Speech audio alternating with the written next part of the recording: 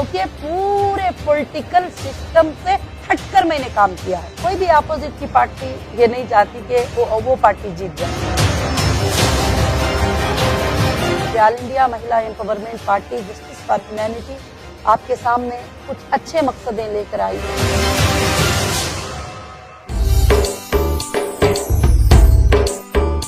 Party MEP महिला empowerment party है। ये पार्टी बड़े अच्छे मकसदों से बनाई गई है, क्योंकि काफ़ी सोच समझकर कि आज देश के अंदर हर मुद्दे पर बात करने वाले लोग हैं। बिरज का मुद्दा क्यों ना हो, बकरे का मुद्दा क्यों ना हो, गाय का मुद्दा क्यों ना हो, जानवर का मुद्दा क्यों ना हो, हर तरह के मुद्दों पे लोग बात करते हैं। मगर एक महिला है, उसके मुद्दों पर बात करते हुए आज तक मैंने देखा नहीं है। और हमेशा औरत समझकर उसको बहुत दबा कर रखने की कोशिश की जाती है। तो ये पार्टी को लाने में एक मकसद है कि महिलाओं को एम्पावरमेंट करना, उसके साथ साथ जस्टिस फॉर ह्यूमैनिटी के लिए ये पार्टी में काम करना, सब मिलजुल कर काम करना, ये पार्टी का यही मेन मकसद है। और महिलाओं को जो पेट में पैदा होने से बच्ची से लेकर खबर में जाने की बुढ़िया तक, उनके प्रोटेक्शन के लिए क्या क्या पॉलिसीज भारत में लाना है, उसके लिए कोशिश करना।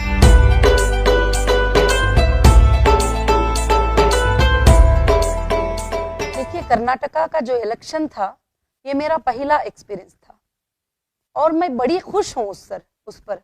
मैं कोई नाउम्मीद नहीं हूँ और मैं इसलिए खुश हूँ कि आपके सामने जो बड़े बड़े पार्टियां हैं, उनके आप तारीख चेक करेंगे तो 40-40 साल तक उनके पास एक सीट नहीं थी, 35 साल तक एक सीट 2 सीट नहीं थे, मगर उन्होंने भी अपने मैदान को नहीं छोड़ा है। मगर सबसे पहले मैदान में उतर जाना और इतने 224 सीट्स पे लोगों को कंटेस्ट कराना और पूरे कर्नाटका में हमारा नॉमिनेशन होना, ये कोई मामूली बात नहीं है, ये बहुत बड़ी बात है। और दूसरी बात, मेरे मकसद को, मेरे मुद्दे को लोगों को समझाना। और तीसरी बात, जो जीत मेरी जीत जो है, वो असल में दिल की जीत होती है इंसान की, वोट से नहीं जीतता, वो दिल से जीतता है। वो मेरी सूझ थी कि बगैर पैसों के, बगैर कोई चीजों के, इंसाफ के लिए आगे आने वाले लोग वोट देना है मुझे। तो अल्हम्दुलिल्लाह मैं उसमें बड़ी कामयाबी समझती हूँ। जितने भी लोगों ने मुझे वोट दिया है, तो वो बगैर पैसे के, बगैर किसी मकसद के, वो मेरे मकसद के लिए वोट दिए हैं। तो मेरी ताकत और भी बढ़ गई, मेरा कॉन्फिडेंस और भी बढ़ गया कि इतने लोगों ने मुझे ताकत दिए और जो कि पूरे पॉलिटिकल सिस्टम से हटकर मैंने काम किया है। यानी किसी वोट को कोई 100 रुपये भी नहीं देना, किसी को पैसा नहीं देना, कुछ भी नहीं देना, ना कोई कैंडिडेट को देना वगैरह, कोई भी चीजें मैंने कुछ देन लेन के काम नहीं किया है। तो आज मुझे वो कॉन्फिडेंस और भी बढ़ गया है कि जब इतने लोग मेरे सपोर्टर उस हालत में भी हो गए, तो अब धीरे धीरे हमारी मिशन बहुत स्पीड से जाएगी। अब कर्नाटका में भी नेक्स्ट इलेक्शन में ये बात समझ में आएगी। तो मैं बहुत ही खुश हूँ उससे, क्योंकि वो मिशन जो थी 2 महीनों के अंदर इतना काम करना, इतने कैंडिडेट को खड़ा करना और वो इलेक्शन चलाना, ये भी कोई नॉर्मल बात नहीं थी। और उतने सपोर्टर्स को देखकर आज भी मेरे सपोर्टर्स मेरे साथ ही कर्नाटका के, और मैं खुश हूं कि बगैर किसी मकसद के उतने लोगों ने मुझे वोट दिया। और जो नेशनल 2 पार्टियों के नीचे हमारा ही लिस्ट आया था, तो सुभान अल्लाह, मैं अल्लाह का शुक्र अदा।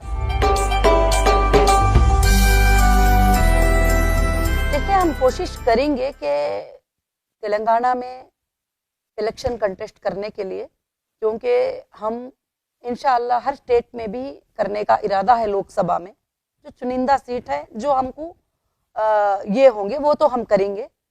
और तेलंगाना में हमारे पास अभी कितने सीटों पर लड़ेंगे, कितने सीटों पर कंटेस्ट करेंगे, ये अभी डिक्लेयर नहीं है। हमारे कमिटीज, हमारे जो भी मेंबर्स और हमारे जो भी इलेक्शन कैंपिंग इंचार्ज जो हैं, वो अपने लेवल पर काम कर रहे हैं। बहुत जल्द ही हम डिक्लेयर भी करेंगे कि कितने सीटों पर लड़ेंगे।